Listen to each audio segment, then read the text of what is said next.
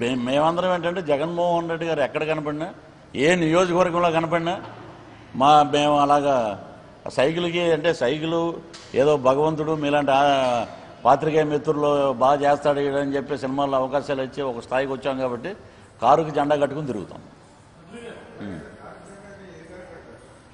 ఉన్న కారులో ఏదో కారు కట్టుకుని తిరుగుతాం అంతే.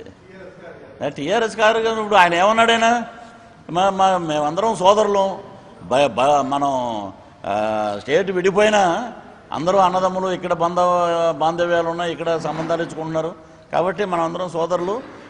నేను రిటర్న్ గిఫ్ట్ ఇస్తానండి బాబు గారికి. ఆ గిఫ్ట్ కూడా మనం చూద్దాం. ఎందుకంటే 2 రోజుల్లో ఎలక్షన్ కౌంటింగ్ వచ్చే ముందే అన్నవరంలో, మా తాడేపల్లిగూడెంలో, భీమవరంలో, కాకినాడలో బ్రహ్మాండంగా గుళ్ళలో కొబ్బరికాయలు కొట్టి కేసీఆర్ గారు గెలవాలని చెప్పి కోరుకున్నారు ఫ్లెక్సీలు వేసి. ఇది మీ అందరికీ తెలిసిందే. మీకు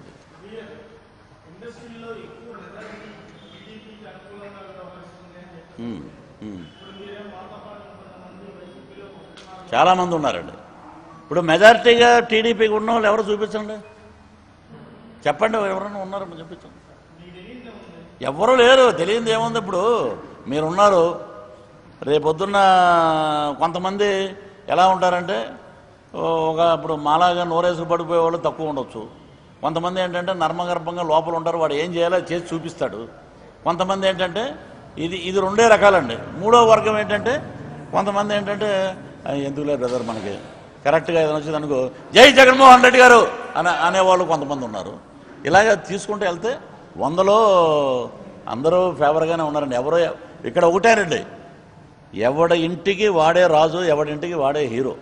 ఇంకొకటి చెప్తే నీతి నిజాయితీ గురించి, అంబేద్కర్ చరిత్రల గురించి, భగత్ సింగ్ కథల గురించి ఇక్కడ ఆంధ్రప్రదేశ్లో ఇక్కడ ఉమ్మడి రాష్ట్రంలో ఉన్నప్పుడు ఇది మన ఆంధ్ర విశ్వవిద్యాలయం.